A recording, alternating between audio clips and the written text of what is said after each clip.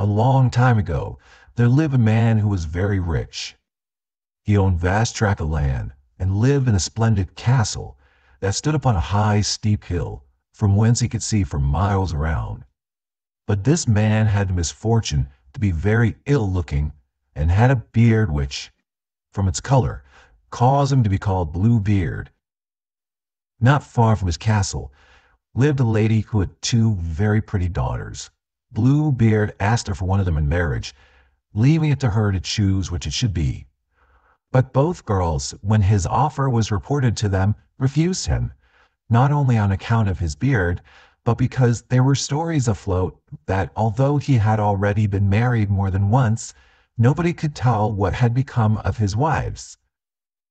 Bluebeard, thinking to overcome the objections of the sisters, invited them to make a visit at his castle. They went and spent a week there, during which there were constant feasts and balls. In fact, Bluebeard managed so well that before the end of the week, Fatima, the youngest of the sisters, outgrew her dislike for him and became his wife. A month was given up to festivity in honor of the marriage, and the time passed away like a dream. At the end of it, Bluebeard told his wife that he was obliged to leave her for a few weeks, as he had some affairs to attend to in a distant part of the country. "But my dear Fatima," said he, "you can enjoy yourself in my absence in any way that you please. You can give dinners and invite your friends to visit you, for you are the sole mistress in this castle. Here are the keys to all the rooms in the house. This small key belongs to the blue closet at the end of the long hall on the ground floor. I give you leave," he continued, "to open or do what you like with all the castle, except this closet. But this, my dear, you must not enter, nor even put the key into its lock. Now do not forget, for if you fail to obey me, you must expect the most dreadful punishment."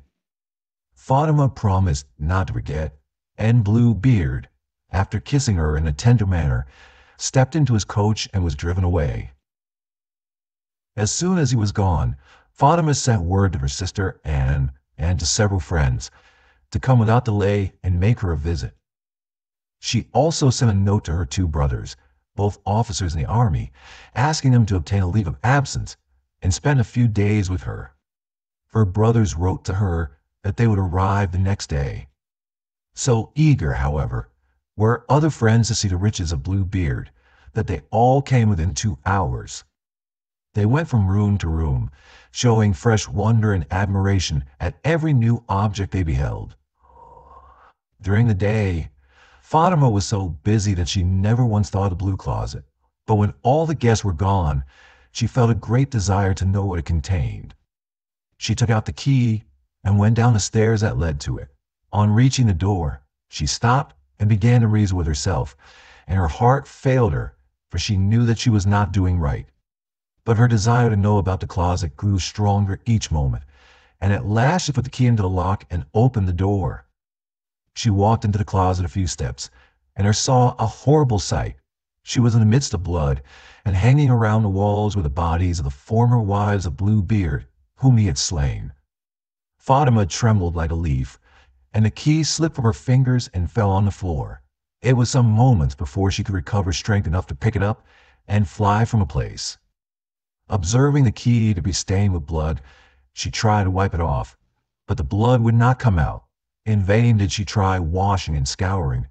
The blood still remained, for the key was a magic one, the gift of fairy Bluebeard.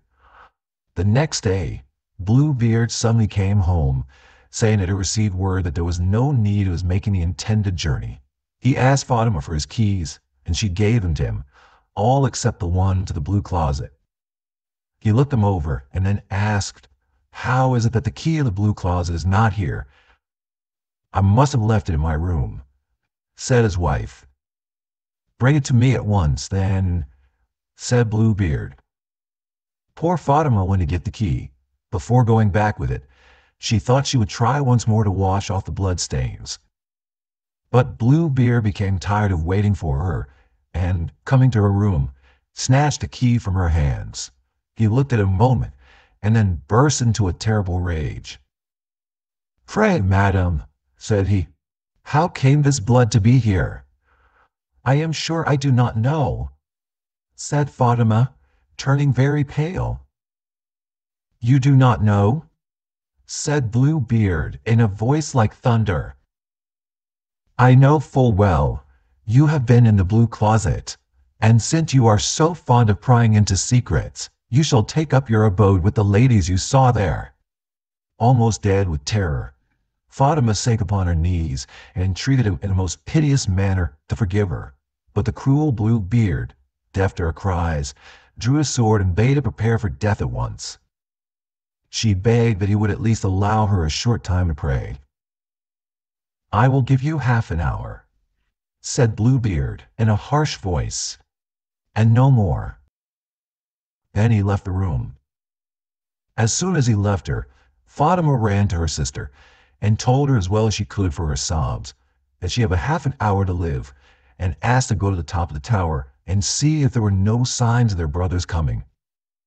Her sister did so, and the poor trembling girl below cried out from time to time, Sister Anne, my dear Sister Anne, do you see anyone coming yet?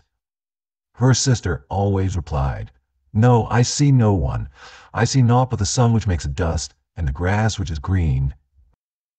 At last they heard the angry voice of Bluebeard, who cried out, Are you ready? The time is up. Fatima begged for 5 minutes more, which he, knowing she was wholly at his mercy, granted. Fatima then called again to her sister, Sister Anne, do you see anyone coming yet? Her sister replied as before, I see nothing but the sun which makes a dust, and the grass which is green. Quickly the 5 minutes sped away, and then the voice of Bluebeard was heard calling, Are you ready yet? Again she begged for a brief delay, only 2 minutes longer. Then she called, And, Sister Anne, do you not see someone now? I see, said her sister, a cloud of dust on the left-hand side of the road, not far off. Do you think it is our brothers? Said the wife. Alas, no, dear sister, said Anne, as the cloud of dust drew near. It is only a flock of sheep. Once more Bluebeard's voice was heard, and the poor wife begged again for a minute's delay. Then she called out again, for the last time, Sister Anne, do you see anyone coming yet? Her sister quickly answered, I see 2 men on horseback, but they are still a great way off. Thank heaven, cried Fatima. It must be our brothers. Make every signal in your power, dear sister, for them to lose no time. Bluebeard now cried out so loudly that his voice shook the whole house. His poor wife came down and knelt at his feet, crying for mercy. Bluebeard seized her by the hair and was just about to cut off her head, when a noise at the castle gates made him pause.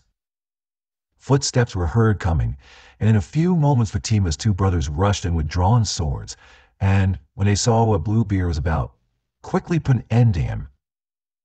Fatima had fallen into a faint at the time Bluebeard seized her by the hair, and she lay so pale and lifeless that one would have thought that she was dead too.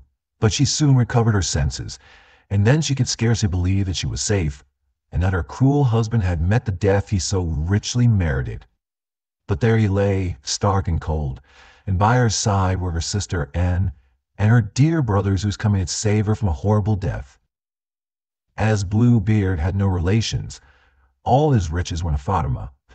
She gave each of her brothers money enough to enable him to live in comfort, and to her sister, who was married shortly afterward, she gave a large dowry. She herself became in due time the wife of a young nobleman, whose kind treatment soon made her forget Bluebeard's cruelty.